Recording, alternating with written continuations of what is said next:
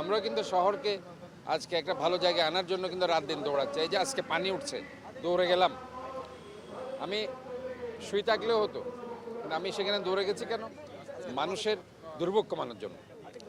কি করা যায়, দ্রুত মানুষকে কিভাবে রিলিফ দেওয়া যায়, এই জন্য কিন্তু আমরা সেখানে দৌড়ে যাই এবং সেখানে দেখি। কাজে আমি মনে করি যে রিয়েল যারা রুট লেভেলের যারা শ্রমিক আছে, তাদের দাবিগুলো যদি আমরা যতক্ষণ না মেনে নিতে না পারি, অথবা তাদেরকে যদি আমরা স্বস্তিদায়ক অবস্থায় যদি আনতে না পারি, তাহলে কিন্তু এই মে দিবসের তাৎপর্য বিলীন হয়ে যাবে।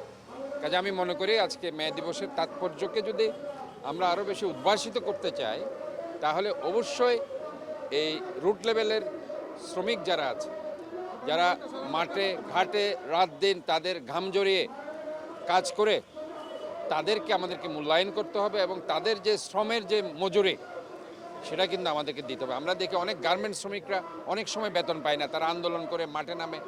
তারা আজকে আপনি দেখেন যে চট্টগ্রাম সিটি কর্পোরেশন ইতিহাসে 1200 প্রায় 1200 কর্মচারীকে শ্রমিককে আমি কিন্তু পার্মানেন্ট করে দিই। এটাই তো প্রাণের দাবি ছিল।